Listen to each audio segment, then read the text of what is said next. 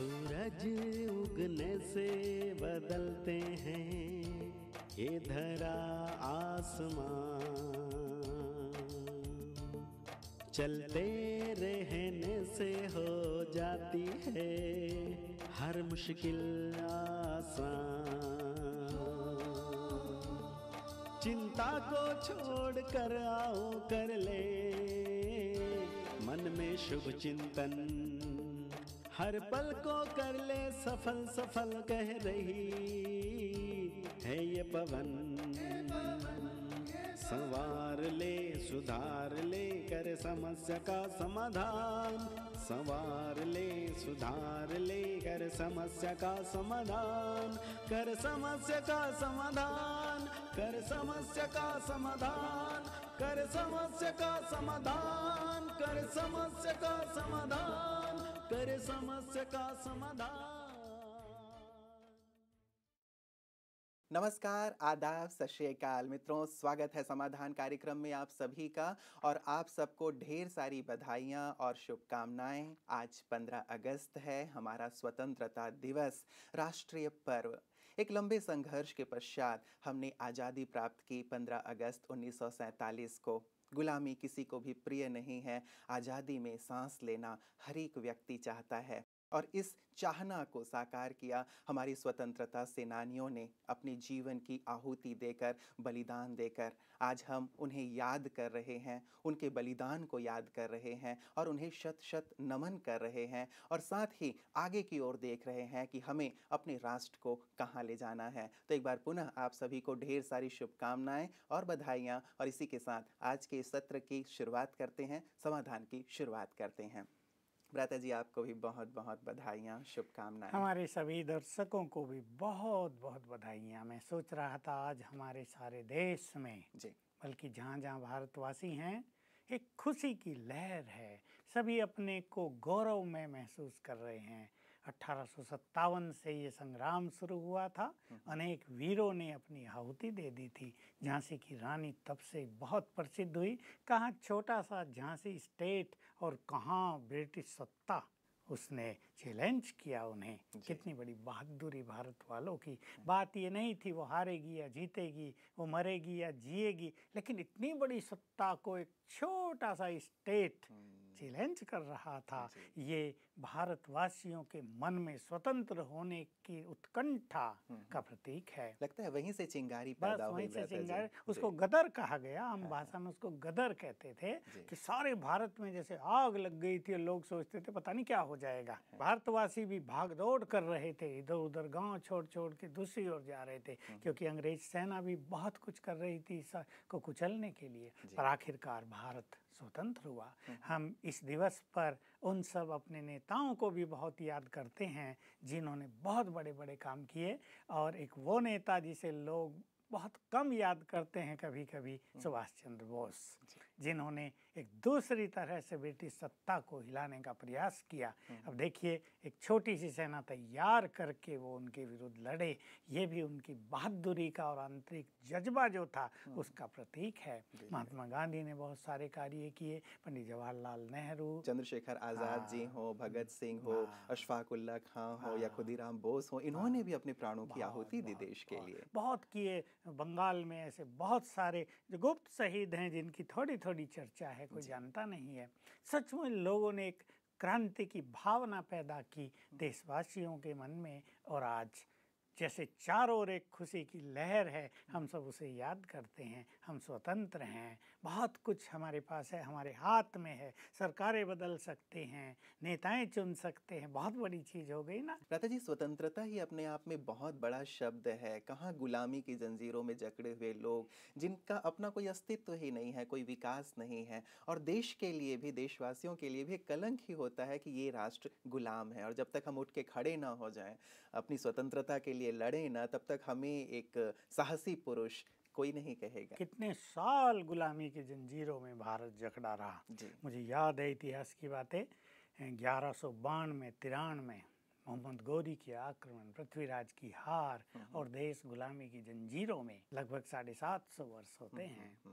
बहुत कुछ देखा, इतिहास ने बहुत कुछ दिखाया। हमारे अनेक अच्छे अच्छे महावीरों ने बीच बीच में बहुत बड़े काम किए, जैसे महाराणा प्रताप, छत्रपति शिवाजी और छत्रसाल, और भी बहुत सारे लोग आए जिन्होंने बड़े बड़े तो काम किए, परंतु फिर भी हम स्वतंत्र तो नहीं थे। और अब सचमुच हम स्वतंत्र हैं, सब कुछ हमारा है। तो ये सचमुच गर्व का दिन है। और जैसा मैंने कहा, जहाँ तहाँ झंडे हैं, लोगों ने अपने शर्ट पे भी छोटे झंडे लगा लिए हैं, झंडे लहर रहे हैं। हाँ, हमारे ईश्वरीय विश्वविद्यालय में भी जहाँ तहाँ हर सेवा केंद्र पे तिरंगा झंडा लहराया गया है। दादा जी, लगभग पूरे 1000 वर्ष तक हम गुलाम रहे हैं, लेकिन ये बहुत बड़ी बात रही है कि हमारी संस्कृति, हमारी सभ्यता, इसको कोई आंच नहीं आने दिया है देशवासियों ने। इसके लिए सचमुच सभी देशवासी साधुवाद के पात्र हैं। ये सत्य बात है कि भारत की धर्म सत्ता, यहाँ की कल्चर इतनी स्ट्रॉन्ग है कि उसे बंदूकों के बल से, उसे एटम बम्स के भी बल से मिटाया नहीं जा सकता। वो अपने में बहुत सशक्त है। ये और इसके पीछे हैं भारतवासियों का मनोबल और उनमें छुपी हुई एक आंतरिक शक्ति, जिसको लोग बाद में पहचानते हैं। तो सचमुच आज हम स्वतंत्र हैं। बिल्कुल भ्राता जी, एक विशेष स्वप्न था। हमने अपने शहीदों को याद किया, महात्मा गांधी जी को याद किया। तो भ्राता जी, शहीदों का एक स्वप्न था कि भारत को हम ऐसा बनाएंगे। बापू गांधी का भी स्वप्न था कि भारत को हम राम राज्य बनाएंगे, यहाँ राम राज्य लाएंगे। आपको क्या लगता है कि राम राज्य के हम कितने नज़दीक पहुँच पाए हैं? देखिए, मैं इस चीज़ का अवश्य विश्लेषण करता हूँ। हमारे बहुत सारे चिंतक, देश के चिंतनशील प्राणी, जो बुद्धिमान लोग हैं, जो देश को हर दृष्टि से देखते हैं, चाहे राजनीतिक दृष्टि हो, सामाजिक दृष्टि हो, चाहे धर्म का क्षेत्र हो, पारिवारिक सेटअप हो, तो एक बात देखने में आती है कि जब हम स्वतंत्र हुए, उससे पहले हमारी दशा सचमुच दुर्दशा थी। विदेशी राज्य में कानून तो कड़े थे, नो डाउट कि क्राइम तो कम था, परंतु गरीबी बहुत थी, अशिक्षा बहुत थी, और बहुत चीज़ों का मनुष्य को जैसे पता ही नहीं था। भारत विकसित नहीं हो पाया। भारत में जो प्रगति होनी चाहिए, हम देखते थे, अब से मेरी आयु बहुत हो गई, अब से 60 साल पहले का भारत भी मैंने देखा है इन आँखों से। गांव में गरीबी होती थी, कहीं सड़कें नहीं होती थी, पानी कैसे भर जाते थे, जो छोटी छोटी चीज़ें हैं। अन्न भी कितना कम पैदा होता था। शिक्षा के नाम पे तो मुझे याद है, हमारे 20-30 किलोमीटर के एरिया में एक हाई स्कूल ही था। कहीं प्राइमरी स्कूल भी मुश्किल से कहीं होते थे। लेकिन बाद में बहुत इन चीज़ों में प्रगति हुई है। भले ही लोग ये कहते हैं भ्रष्टाचार बढ़ा, महंगाई बढ़ी, वैमनस्य बढ़े, बहुत चीज़ें जिनकी रोज़ हम चर्चा सुनते हैं, वर्णन करने की ज़रूरत नहीं। परंतु इसमें मैं एक चीज़ सोचता हूँ, जो हमारे देश के जो चिंतनशील प्राणी हैं, वो भी इस पे ज़रा गौर करें। सतयुग, त्रेता, द्वापर, कलयुग का जो खेल चलता है, इसमें निरंतर गिरावट है, मानवता में भी, कल्चर में भी, धर्म में भी, हर चीज़ में। तो कलयुग का एकदम अंत आकर पहुंचा है। 47 से हम लें और अब तक हम नीचे उतरते आ रहे हैं, उतर रहे हैं। कलयुग गिरावट की ओर है, उसका प्रभाव हर मनुष्य पर है, उसका प्रभाव नेताओं पर भी होगा, वो भी तो यहीं से हैं। तो हम ये नहीं कहते कि बहुत अच्छे नेता हमारे देश में नहीं आए, बहुत बुद्धिमान नेता नहीं हुए, या शक्तिशाली लोग नहीं हुए, हुए हैं। पर ये कलयुग का प्रभाव भी ऐसा ही है कि लाख प्रयास करने के बाद भी भ्रष्टाचार बढ़ता गया, महंगाई बढ़ती गई। पर हम देखें शिक्षा के क्षेत्र में, हमारी जो सुरक्षा की सारी चीज़ें हैं, सेना है, उसमें और जो आधुनिक अस्त्र शस्त्र हैं उनके क्षेत्र में, आर्थिक विकास बहुत हो गया है देश में, इंडस्ट्रीज और व्यापार बहुत ऊंची स्थिति में है। हम ये नहीं कहेंगे उसमें कुछ नहीं हुआ, लेकिन गरीबी भी बढ़ी है। उसके कारण बहुत सारे हैं, इसमें सरकार ही कोई दोषी नहीं है कि गरीबी को सरकार ने बढ़ा दिया हो। ये तो लोग ऐसे ही बोलते रहते हैं, किसी के लिए भी मनुष्य के कर्म भी जिम्मेदार हैं। अभी एक मनुष्य मजदूर है, उसके 4 बच्चे हैं, वो जितना कमा रहा है आधा शराब में खर्च कर देता है, बच्चों को पढ़ा नहीं सकता, तो गरीब तो रहेगा ना। इसलिए इन सब जो ये गिरावट दिखाई दे रही है, इसका कारण कलयुग का प्रभाव। ऐसे नहीं कि शिक्षा की कमी, शिक्षा तो दिनों दिन तीव्रतर गति से बढ़ती है। गांव तक गांव में पहुंच गए, गांव सज गए हैं, सीमेंट की रोड्स हैं, गांव में लाइट चमकती है, रात को अंधेरा नहीं रहता, पानी रहता है। लेकिन मनुष्य में मोरल जो पतन हुआ वो जिम्मेदार है इस गिरावट का। इसमें नेताओं को दोष देना ये बिल्कुल सही बात नहीं है। ठीक है, कुछ हिस्से में क्योंकि वो देश के शासक हैं वो भी जिम्मेदार हैं, पर हर व्यक्ति इसके लिए जिम्मेदार है, हमें इससे बाहर आना है। बिल्कुल। तो भ्राता जी, ये जो राम राज्य की बार बार बात की जाती रही बापू गांधी के द्वारा भी और बाद में भी बात की जाती रही है, तो वास्तव में हम फिर क्या समझें? हमें अपनी मोरल वैल्यूज को बढ़ाना होगा, आध्यात्म की ओर चलना होगा, तब जाके हम राम राज्य ला पाएंगे। ये सत्य है कि महात्मा गांधी जी ने, जिनको राष्ट्रपिता बापू जी कहा गया, उन्होंने एक सुंदर कल्पना की थी। हमारे डॉक्टर अब्दुल कलाम ने भी 2020 की बहुत सुंदर एक कल्पना की हुई है। राम राज जिसमें राम जैसे राजा हों, प्रजा भी देवकुल की हो, सब कुछ सुंदर हो, प्रकृति भी श्रेष्ठ हो, चरित्रवान लोग हों। अर्थात दूसरे शब्दों में ये स्थिति सतयुग में होती है, जब राज होता है श्री लक्ष्मी नारायण का, प्रजा होती है देवता, प्रकृति होती है सात्विक, ये भारत की भूमि भरपूर होती है धन धान से, हीरे मोतियों से, सोने के यहाँ महल होते हैं, पानी आदि कोई कमी नहीं, रोग शोक का नाम निशान नहीं, ये पुलिस कोर्ट इनकी कोई जगह नहीं है वहाँ। वो है असली राम राज, जहाँ कोई केस ही नहीं है देवताओं के युग में, असली राम राज वो है। तो हमारे महात्मा गांधी जी बापू का ये स्वप्न हम लोग या हमारे नेता या हम सब इसके जिम्मेदार हैं, उसको तो हम साकार नहीं कर पाए, पर जो विश्व का बापू है परमपिता, वो इस महान कार्य को अब कर रहा है। विकास हम सब ने किया है, और आंतरिक विकास जो स्पिरिचुअलिटी के द्वारा होना है, जो पवित्रता के द्वारा होना है, जो सदाचार के द्वारा होना है, वो कार्य कर रहे हैं हमारे परमपिता। तो कुछ ही दिनों में सचमुच राम राज इस भारत में फिर से स्थापित होगा। भ्राता जी, ये तो बहुत अच्छी बात है कि जो स्वप्न हमारे शहीदों ने, बापू गांधी ने भी देखा, अब उस कार्य को स्वयं परमात्मा भी राम राज्य की स्थापना के रूप में कर रहे हैं। और कितना सुखद एहसास है कि हम सब अपने देश को पुनः ऐसा श्रेष्ठ बना पाएंगे। तो भ्राता जी, विशेष करके राम राज्य की स्थापना जैसा लगातार प्रयास किया जा रहा है, हर प्रकार से प्रयास किया जा रहा है, आपको क्या लगता है कितने वर्षों बाद ये राम राज्य आ जाएगा? क्योंकि सभी को इसकी बहुत ज़्यादा आवश्यकता भी है, इच्छा भी है। और दूसरी बात, इसके लिए प्रयास क्या करना होगा? क्योंकि हम चाहते तो हैं कि राम राज्य आए, लेकिन मुझे लगता है कि व्यक्तिगत हर एक देशवासी को इसके लिए प्रयास की जरूरत है। क्या करें? यही सत्य बात है कि हम हर एक अपने को रेस्पॉन्सिबल समझें और हर एक व्यक्ति उसमें योगदान दे। हम सब क्या करते हैं, नेताओं की ओर देखते हैं, इंडस्ट्रियलिस्ट की ओर देखते हैं, सेना की ओर देखते हैं, पुलिस की ओर देखते हैं, अपनी ओर देखते ही नहीं कि हम गलती कर रहे हैं तो पुलिस क्या करे बेचारी, वो उसकी भी तो कुछ लिमिटेशंस हैं।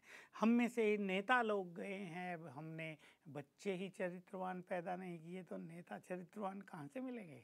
तो हर व्यक्ति जिम्मेदार है। वास्तव में भारत सच्चे अर्थों में, मैं भारत कहूँ या सारा संसार, स्वतंत्र तब होता है जब वो मनोविकारों से स्वतंत्र हो, जब वो इन सब बुराइयों से स्वतंत्र हो, जब मनुष्य के चित्त में चैन हो, जब रोग शोक दुख पीड़ाएं उसके पास फटके नहीं, जब सब कुछ सुंदर ही सुंदर हो, हवा में भी सुगंध हो। आज तो बदबू है, शहरों में आप घूमने निकल जाइए, बदबू मिलती है। शहर वालों को ये पता नहीं, लेकिन हम आबू निवासी जब शहरों में जाते हैं, हमारे यहाँ बहुत स्वच्छता है, गंदगी होती नहीं। हमारे आश्रमों में तो ऐसी स्वच्छता है कि सचमुच वहाँ जो फूल और पौधे उगाए हुए हैं, उनकी महक से हमारा प्रांगण भी बहुत सुगंधित रहता है। तो जब हम कहीं बाहर जाते हैं और घूमने निकल जाते हैं तो याद आता है कैसा है ये संसार। तो स्वतंत्रता, वास्तव में स्वतंत्रता का स्वच्छंदता नहीं कि हम कुछ भी करें, मर्यादाओं को तोड़ दें, क्राइम करें, रेप की ओर बढ़ जाएं, ये नहीं। आत्मा स्वतंत्र हो, विकारों से स्वतंत्र हो, पाप से स्वतंत्र हो, बुराइयों और भ्रष्टाचार से स्वतंत्र हो, हर प्राणी श्रेष्ठाचारी हो, सदाचारी हो। हमारी एजुकेशन ऐसी हो जो मनुष्य का निर्माण करे। हमारी एजुकेशन मनुष्य का निर्माण नहीं कर रही है, वो केवल इन्फॉर्मेटरी है, सूचनाएं दे रही है, किताबों को रटाया जा रहा है, डिग्रियां मिल रही हैं, लेकिन मानव का निर्माण नहीं हो रहा है। तो ऐसी शिक्षा देश में होगी तो हम सब सच्चे अर्थों में स्वतंत्र होंगे। बिल्कुल, ये तो सच्ची स्वतंत्रता की हाँ। आपने एक अच्छी बात कह दी भ्राता जी। मुझे भी लग रहा था कि शायद अंग्रेज तो चले गए, लेकिन हम बुराइयों से या जो बहुत सारी कमी कमजोरियां हैं, अवगुण है या बहुत सारी समस्याएं हैं, उनसे अब तक गुलाम हैं, उन जंजीरों में जकड़े हुए हैं। तो शायद सच्ची स्वतंत्रता की आवश्यकता है। ये स्वतंत्रता बुराइयों से मुक्त होने की या विषय विकारों की या एक अच्छा इंसान बनने की, क्योंकि बुराइयां बहुत हैं, वो कैसे संभव हो हाँ, पाएगा? देखिए मैं यही सोचा करता हूँ कि विदेशी तो चले गए, लेकिन विदेशी सभ्यता को हमने पकड़े रखा। हम वेस्टर्न कल्चर की ओर मैं कहूँगा बुरी तरह से आकर्षित हैं। हम सोचते हैं वाह इसमें क्या आनंद है, और वो उससे ऊब चुके हैं। वो उसको छोड़ के भारतीय सभ्यता की ओर आकर्षित हो रहे हैं। ये हमें दिखाई देता है। हमारे यहाँ बहुत लोग आते हैं ना विदेशी, हर साल कम से कम 10,000। तो हम उनके भिन्न भिन्न कल्चर्स को देखते हैं कि वो किस तरह इससे बिल्कुल वैराग धारण कर चुके हैं। तो हमें अपनी महान कल्चर को भी पहचानना होगा। कपड़े वैसे ही पहनना, अंग्रेजी को ही महत्व देना, अपनी भाषाओं को, जो क्षेत्रीय भाषा भी हैं उनको भुला देना। जो अंग्रेजी बोल सके वही महान है, वही रॉयल है, वही एजुकेटेड है, जिसके बारे में आंदोलन भी चल रहे देश में। तो वास्तव में इसको परिवर्तित कर रहे हैं स्वयं परमपिता परमात्मा। और उसकी विधि वहाँ से उन्होंने शुरू की कि हर मनुष्य को प्योर बनने का संदेश दिया, बी प्योर। और उसके लिए दिया संपूर्ण ज्ञान और सिखाया राजयोग कि मेरे से तुम कनेक्शन कैसे जोड़ो, मेरे प्योर वाइब्रेशंस को कैसे प्राप्त करो, इस लोभ से, काम वासना से, अहंकार से, ईर्षा द्वेष से तुम मुक्त कैसे बनो। अब देखिए ईर्षा द्वेष छोटी सी चीज़, लेकिन ये अनेक समस्याओं को देश में जन्म दे रही है। हिंसक भावना, इससे कोर्ट में केस बढ़ते जा रहे हैं। एक दूसरे को देखकर खुश नहीं है मनुष्य, उसकी संपत्ति हड़पना चाहता है। कितना बुरा हाल मनुष्य का होता जा रहा है कि भाई भाई, परिवार में माताएं आपस में एक दूसरे से ईर्षा करके एक दूसरे को नष्ट करने में लगी हुई हैं। ईर्षा द्वेष बीज है, लोभ बीज है कि पैसा जितना आ गया वो कम है। अरे उसके पास तो 50 करोड़ है, मेरे पास 40 ही है, कम है, तो मुझे करप्शन शुरू होगा। जैसे भी चाहे कमाओ, इसको मारो, उसकी संपत्ति हड़पो। ये स्वतंत्रता नहीं है। पॉलिटिकल लेवल पे नहीं, इंडिविजुअल लेवल पे शुरू करनी पड़ेगी। और यही कार्य परमात्मा ने किया है कि आकर मनुष्य को ये ज्ञान दिया, प्योरिटी का संदेश दिया, उनको निर्मल बनाना शुरू किया। हम देखते हैं हमारे यहाँ अब 1,000 लोगों का संगठन तो हमारे पास ही है, हमारे आश्रम में है, परमानेंट, जहाँ 1,000 का स्टाफ है। उनमें किसी के पास लोभ नहीं होता, सब निष्काम भाव से सेवाओं में लगे हुए हैं। कोई किसी फील्ड में है, कोई किसी फील्ड में, किसी कोई कंपटीशन नहीं है, इसकी सैलरी ज़्यादा और मेरी कम है, सैलरी की बात ही नहीं, सेवा भाव से सब लगे हुए हैं। तो चित्त निर्मल हो रहा है। तो अनेक बुराइयों से मुक्त हैं, स्वतंत्र हैं। न क्रोध की जरूरत पड़ती, सब अपना अपना काम कर रहे हैं। न किसी को किसी से मोह है, क्योंकि सब अपना जीवन समर्पित कर चुके हैं, सब कुछ त्याग करके आए हैं।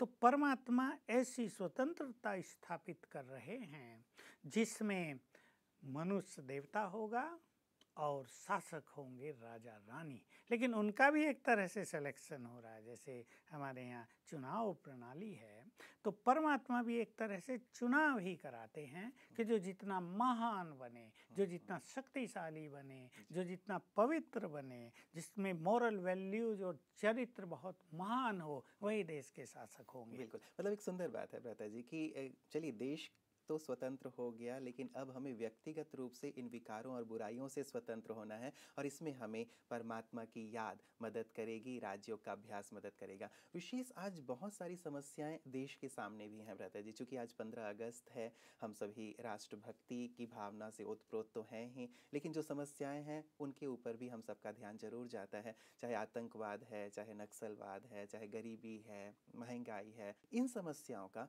आप क्या समाधान समझते हैं? हाँ, नहीं, समस्याएं हैं तो उनका समाधान भी अवश्य है। जैसे मैंने कहा, समस्याओं के बीज को जब तक नष्ट नहीं किया जाएगा तब तक समस्याएं नष्ट नहीं होंगी। दिनों दिन वो उग्र रूप लेती ही जा रही हैं। मनुष्य में स्वार्थ बढ़ता जाता है। हमारी चुनाव प्रणाली तो बहुत श्रेष्ठ है, लेकिन चुनकर जाने वाले लोग कितने श्रेष्ठ हैं, वो कितने कर्मठ हैं, वो देशभक्ति से कितने प्रेरित हैं, वो देश के कल्याण के लिए कितना गहन चिंतन करते हैं, इस पे सारा खेल निर्भर करता है। अन्यथा पॉलिटिक्स एक युद्ध का एक अखाड़ा बन जाता है जिसमें लोग अपनी अपनी रोटी सेकने में लग जाते हैं। लेकिन अब लगता है वहाँ कुछ शांति है, लोग अच्छा चिंतन कर रहे हैं, देश के कल्याण का कुछ काम करें तो कुछ समस्याएं वहाँ से समाधान होंगी। और कुछ समस्याओं का समाधान करना है हर व्यक्ति को स्वयं, और कुछ समस्याओं का समाधान करेंगे हम ज्ञान और योग के, राजयोग के बल से। उसमें स्वास्थ्य भी एक समस्या है, बिगड़ता रहता है स्वास्थ्य।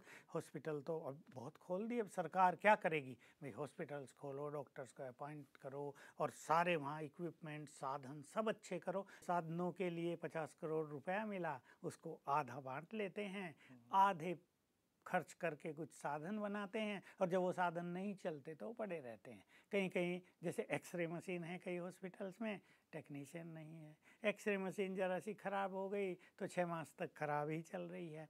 तो जब तक मनुष्य में सुधार न हो तो सरकारें भी क्या कर सकती हैं? इसलिए समस्याओं का समाधान कुछ ऊपर के लेवल से होगा, पर हर मनुष्य को रिस्पॉन्सिबल होना पड़ेगा। अपने को निर्मल करें। तो ये शुभ संदेश है सबके लिए कि सचमुच अब इस धरा पर, इस भारत देश में रामराज्य आएगा, हम लंबे काल के लिए स्वतंत्र हो जाएंगे। और अगर कोई हमें परतंत्र करना चाहेगा तो हमारे पास इतनी शक्तियां होंगी कि हम सबको जल्दी से जल्दी निकाल देंगे। भारत में हुआ, इतिहास बताता है, हूण आए, कुषाण आए, और भी बहुत सारे मुस्लिम आक्रमण हुए, लेकिन वो ज़्यादा देर नहीं ठहरे, क्योंकि हम सबके पास चरित्र का, प्योरिटी का बहुत बड़ा बल था, बहुत बड़ी देश के लिए कुर्बानी की भावना थी। तो हम एक लंबे काल के लिए स्वतंत्र होने जा रहे हैं, और ये कार्य कर रहे हैं स्वयं परमपिता परमात्मा। तो एक बार ये युग परिवर्तन होगा अब, क्योंकि कुछ चीज़ें ऐसी हैं जिनको बदला नहीं जा पाएगा, बिगड़ते जा रहे ना, उन्हें नष्ट किया जाएगा। और एक स्वच्छ भारत, एक महान भारत, एक चमकता हुआ भारत, जिसमें सोने हीरे के महल चमकते होंगे, प्राकृतिक सौंदर्य से जिधर देखेंगे नैन भी आनंदित होंगे, मन भी आनंदित होगा। तो इस परिवर्तन के बाद ऐसा देवयुग जिसमें श्री कृष्ण होंगे, राधा होगी, राम सीता होंगे, महान देवता होंगे, ऐसा युग बस आया कि आया। बिल्कुल, आपकी बातें सुन के तो बिल्कुल मन आनंदित हो जाता है कि काश जल्दी से जल्दी वैसा युग आए। और आपके पीछे भी स्वर्ग का ही दृश्य है, उसे भी देख के लगता है कि सचमुच ऐसा जो युग है वो जल्दी से जल्दी आए। लेकिन वर्तमान समय की समस्याएं भी बार बार हमें फिर से यथार्थ के धरातल पे लाके पटक देती हैं कि नहीं, पहले ये तो देखो कि यहाँ क्या हो रहा है। वो ठीक है, ईश्वर वो कार्य कर रहे हैं, और ईश्वर का कार्य तो निश्चित रूप से वो संपन्न होना है, उसमें तो कोई रुकावट आ ही नहीं सकती। लेकिन भ्राता जी, अभी यथार्थ में रहते हुए ब्रह्मा कुमारी विद्यालय क्या राष्ट्रीय स्तर की जो ये समस्याएं हैं इनके निदान के लिए कोई विशेष आयोजन कर रही है, अभियान कर रही है या प्रयास कर रही है? बिल्कुल, हमारे यहाँ से बहुत अच्छे अच्छे अभियान चलते ही हैं। अभी भी डॉक्टर्स का हमारे यहाँ कॉन्फ्रेंस हुई, 1000-1200 डॉक्टर्स, जो बड़े बड़े doctors, senior surgeons, deans, head of department, उन सब ने उसमें हिस्सा लिया। आज उसका आखिरी दिन है। एक बहुत अच्छा अभियान देश को व्यसन मुक्त करने का चलाया जा रहा है सबकी ओर से। और हमारे डॉक्टर्स और हमारे बहुत सारे वर्कर्स गांव-गांव में जा रहे हैं, जा ही रहे हैं, जाएंगे ही नहीं, फिर से उसको चलाया जा रहा है। तो व्यसन जो अनेक समस्याओं की जड़ है, उसको समाप्त करने के लिए हम लोगों को एजुकेट करते हैं, उनमें आंतरिक जागृति लाते हैं कि तुम कौन हो और ये व्यसन क्या हैं। तुम इतने लंबे चौड़े और बुद्धिमान मनुष्य जो सारे संसार को जीतना चाहते हो, अपनी बीड़ी, सिगरेट, तंबाकू और ये गुटखा इसको नहीं जीत पाते, तो तुम क्या करोगे संसार में? लोगों को हम जगाते हैं। ऐसे ही और बहुत सारे अभियान चलते हैं, युवकों की रैलियां निकलती हैं सारे भारत में, जो हर जगह जाकर मनुष्य को अवेयरनेस देते हैं, तुम क्या हो, क्या कर रहे हो, अपने कर्मों को श्रेष्ठ करो, अपने परिवारों में प्यार की गंगा बहाओ, परमात्मा से जुड़ो, धर्म को भी एक शक्ति देने का प्रयास हम लोग हमारे सभी कार्यकर्ता करते हैं, क्योंकि विशेष रूप से अब भारत को चाहिए धर्म और अध्यात्म की शक्ति। धर्म का दूसरा रूप हो गया है, सब लोग जानते हैं, मैं उसका विस्तार नहीं करूँगा, पर धर्म पुनः अपने मूल स्वरूप में आए तो रिलीजन इज माइट, ये सत्य हो जाए, धर्म में शक्ति हो जाए, जो मनुष्य धर्म का पालन करे वो सबसे शक्तिशाली हो जाए। ऐसा हमारी ईश्वरीय विश्वविद्यालय के द्वारा ये अभियान चलते रहते हैं, चलाए जा रहे हैं। हम तो देश से बहुत प्यार करते हैं। बिल्कुल, एक विशेष बात आ जाती है भ्राता जी, आपने देश प्रेम की बात कही तो कि किसी कवि ने कहा है कि जो भरा नहीं है भावों से, जिसमें बहती रसधार नहीं, वो हृदय नहीं, वो पत्थर है जिसमें मातृभूमि के लिए प्यार नहीं। तो ये मातृभूमि के लिए प्यार, ये सच्चा देश प्रेम है क्या? और इस देश प्रेम को, मातृभूमि के लिए जो प्रेम है, उसे कैसे जागृत किया जाए लोगों में? इसमें सबसे पहले जो स्वार्थ प्रेम है, अपने से प्रेम, धन से प्रेम, इन मनोविकारों से प्रेम, इन बुराइयों से प्रेम, जब तक मनुष्य इस प्यार में उलझा हुआ है, इस वासनात्मक प्यार में उलझा हुआ है, तब तक वो देश के लिए कहाँ सोचता है, देश के लिए कुर्बानी की बात कहाँ मनुष्य के मन में उठती है। लेकिन अब किसी बाह्य कुर्बानी की आवश्यकता नहीं है। अब देश का प्रेम इसी बात से साबित होगा कि सभी देशवासी अपने देश को, भारत देश को महान बनाने के लिए अपने जो नेताएं हैं उनको साथ दें। अब ये जो झंझट है, गिराने चढ़ाने की भावना, इससे ज़रा ऊपर उठकर सब एक दूसरे को साथ दें और कुर्बानी करें इन मनोविकारों की। वो होगा देश से सच्चा प्यार। क्योंकि ये बात सभी को जान लेनी चाहिए कि पवित्रता, नैतिकता और आध्यात्मिकता का बल ही हमारे देश को सर्वोच्च स्थिति पे ले जाएगा।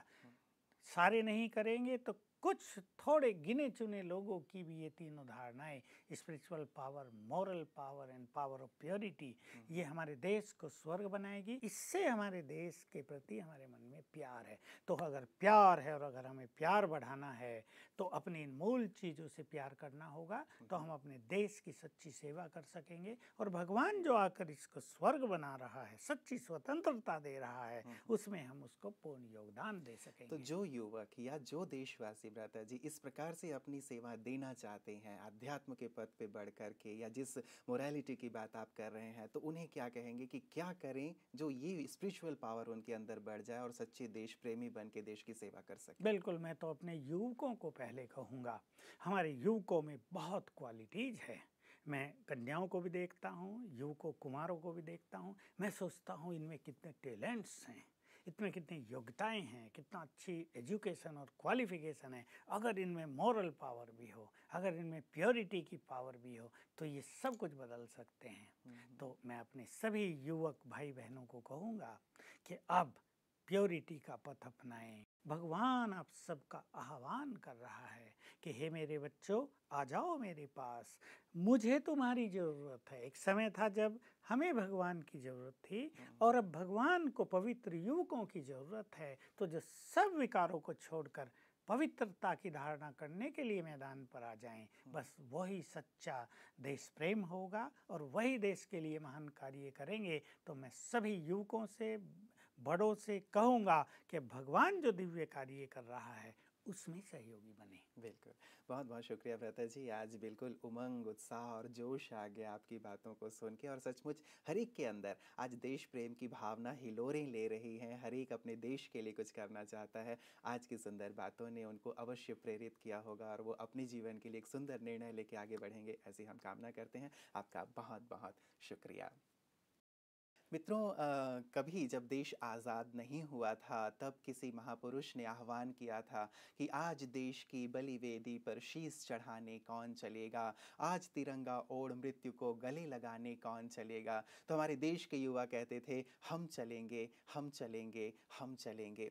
वास्तव में आज भी उसी जोश, उसी जज्बे और उसी उत्साह की आवश्यकता है, क्योंकि सच्ची स्वतंत्रता शायद अब तक हमने प्राप्त नहीं की है। देश तो आज़ाद हो गया, लेकिन उसके बाद जो समस्याएं हैं, जो विकृतियां अब तक रही हुई हैं देश में, जिन जंजीरों में अब तक हम जकड़े हुए हैं, उनसे अब हमें आज़ाद होने की आवश्यकता है। और इसके लिए व्यक्तिगत हम में से हर एक को प्रयास करने की ज़रूरत है, क्योंकि मातृभूमि से हम सबको प्यार है। और किसी कवि ने बहुत सुंदर बात कही है हे मातृभूमि तेरी जय हो, सदा विजय हो। तेरे विशाल नभ में सुख सूर्य का उदय हो। तुझको प्रसन्न देखूं बस लालसा यही है, फिर गोद में ही तेरी मेरा शरीर लय हो। तो आज इस 15 अगस्त के दिन हम सब प्रण करें कि मातृभूमि की दिल जान से सेवा करेंगे, इसे राम राज्य बनाएंगे, इसे उस बुलंदी तक पहुंचाएंगे जिस बुलंदी पे ये था। यही वास्तव में सच्चा देश प्रेम होगा और यही वास्तव में आज के राष्ट्रीय पर्व की देश को सौगात होगी। तो एक बार पुनः आप सभी को 15 अगस्त के इस राष्ट्रीय पर्व की ढेर सारी शुभकामनाएं। नमस्कार।